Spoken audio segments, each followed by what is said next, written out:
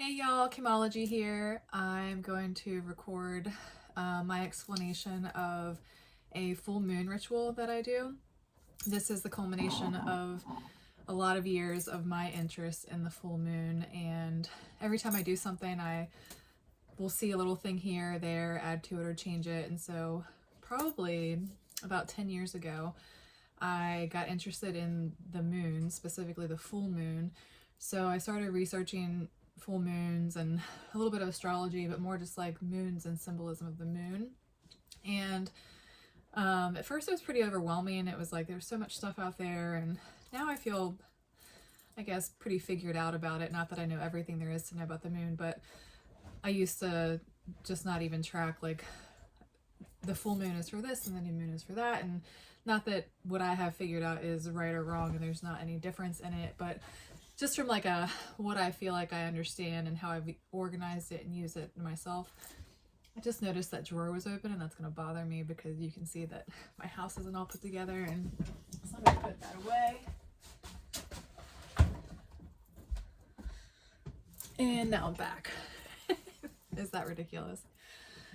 Okay, so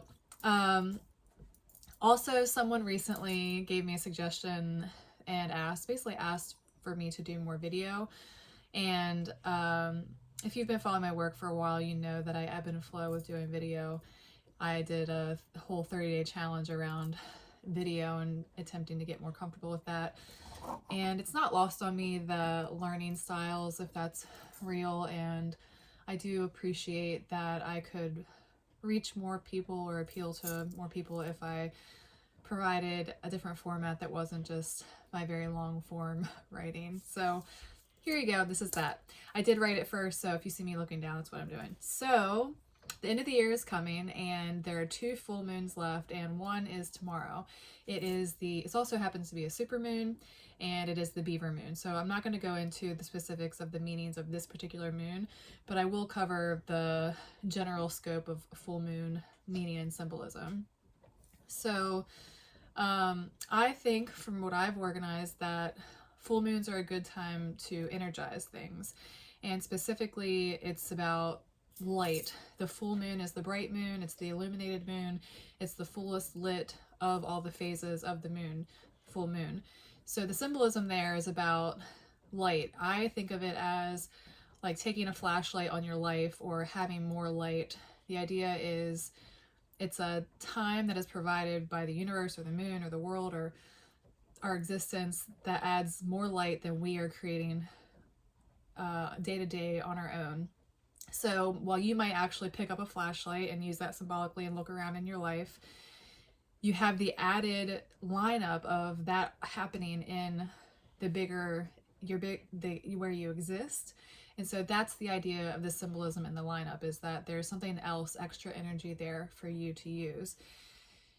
So full moon, think of light, illumination, and then also because the cycle is full moon to new moon, full moon to new moon, or it doesn't even necessarily, that's not necessarily accurate. It doesn't start at full moon, it's a circle, so it could start anywhere. I'm using it as full moon because that's where we are now, but it transitions constantly.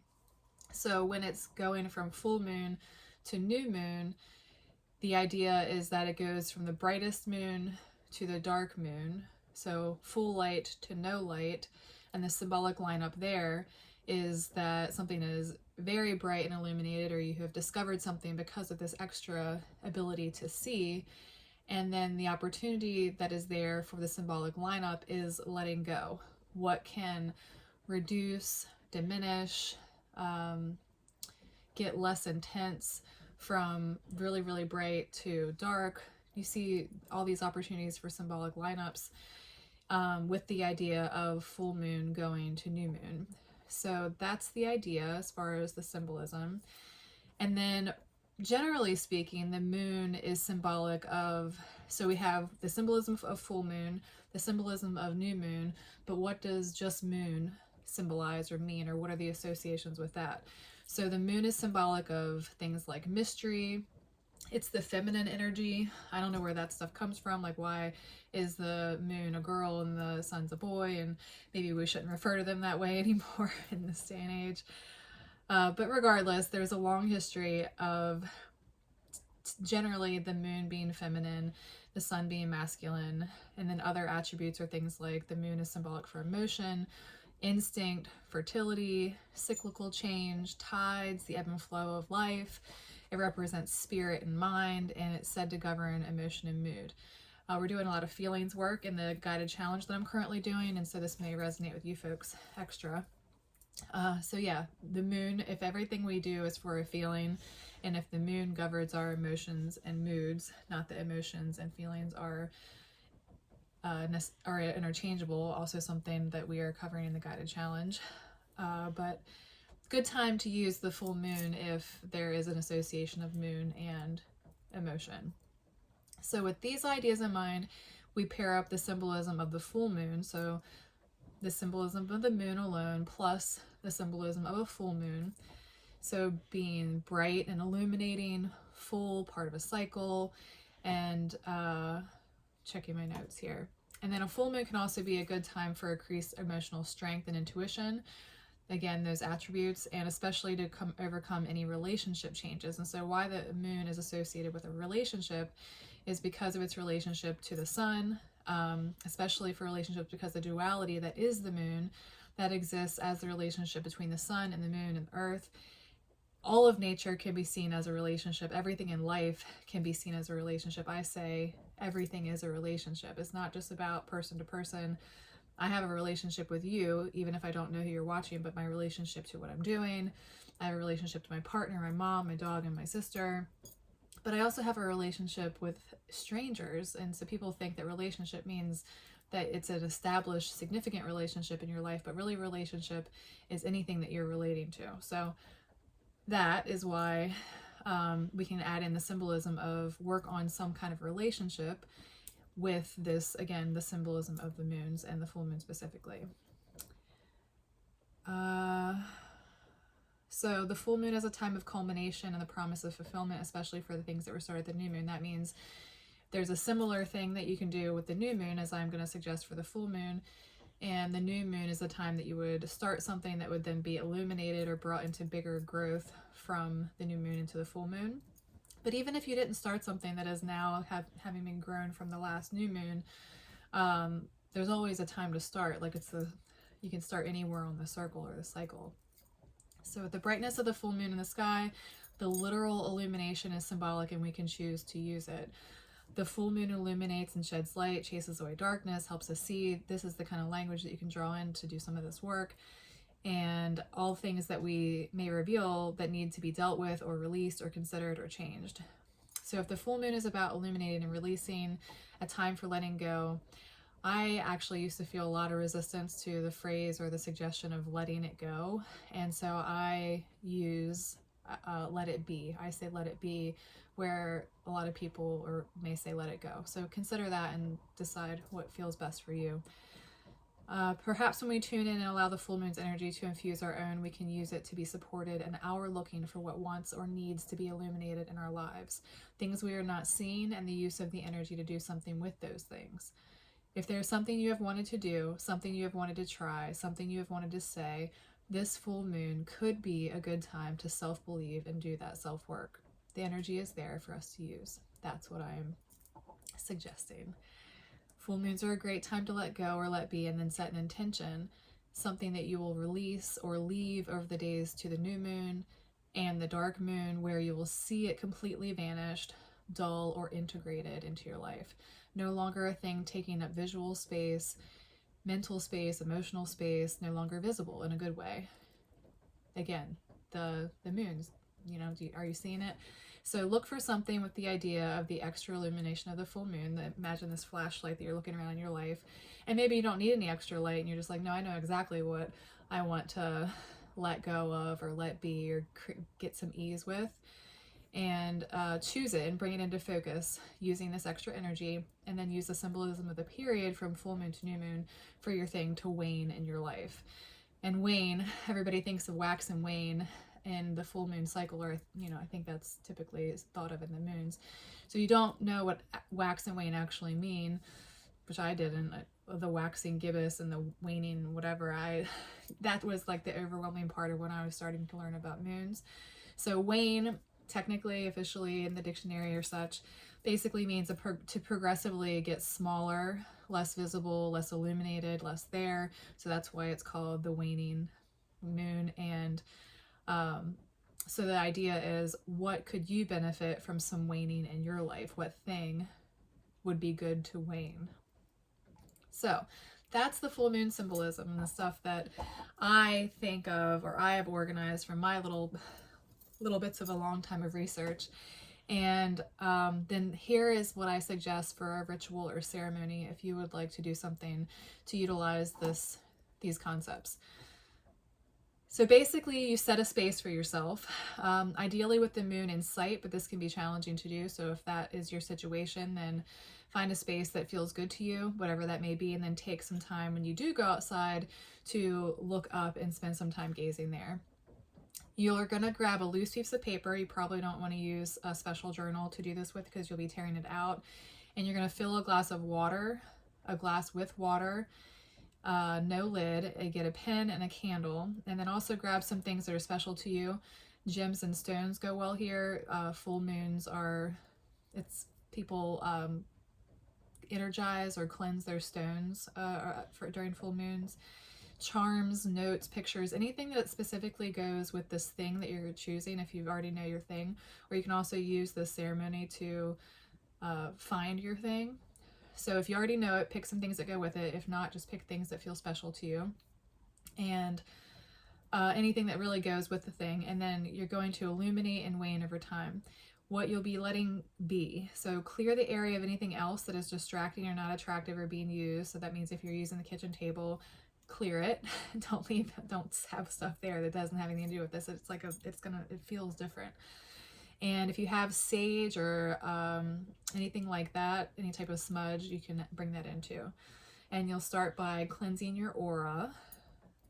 Don't get lost if that's too wooey for you. I'll stay plain. And then your surroundings, you're going to cleanse yourself and your surroundings with a smudging. So how to smudge in layman's, not going to make it, again, super witchy. I mean, if you're feeling like this is witchy, then it's witchy, but I'm trying to keep it like layman, practical. It doesn't have to be this witchy woo-woo-y thing. Although I've been called a witch a lot and I don't feel like a witch, but sometimes I think that's kind of cool. But anyway, how to smudge. So have the windows, or at least a window, open. So the idea is that the smoke that's clinging to the energy that you're wanting to clear has a place to go out, get away. And so you don't want to have be all boxed in. You're not, what's the word they use for hotboxing? You're not hotboxing your bad energy with the smudging smoke. So open a window, even if it's cold outside, pop one open. And then as you cleanse, which basically just means waving the burning thing around, say or think thoughts like all the things we've talked about. And I have a list. I guess I'll read this. So you're basically going to have this burning thing with the smoke and imagine that it's attaching to any energy that you want to get some space with. And then think or say things out loud like this. And I provided this as a template. The idea is that you change the words that don't resonate, add your own things, take things out that you dislike. It's just a place to start. So here I am waving my smoke around. Maybe I should really be doing this right now. With the energy of the full moon, I cleanse and release all that is weighing on my heart and my mind. I let be, or I let go of pain and stress and fear, regret and nostalgia for the past. I invite ease or usefulness to everything that troubles me, hurts me, and keeps me from not fully practicing what I know will better me and my life. I acknowledge these things, I see these things, and I will let them diminish or move away from me. I feel light right now, illuminated. My heart is light, my mind is light. I feel free or at ease with the things that have been bothering me. With this smudge and this light, I create space from the things that hurt. Again, use that as a gist and make it your own. Sub words in, take words out.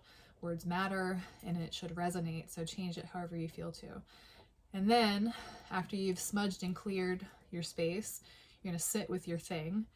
You're going to meditate, which is really just think about it. Again, plain, not fancy, not this hard thing that is hard to do. I mean, I know I'm speaking to a wide group here, and I used to, when I heard the word meditate, I used to be like, okay, that shit's great for some folks, but I can't do that. So if that's you, then just hear me say, think about it. All I'm asking you to do is think about it.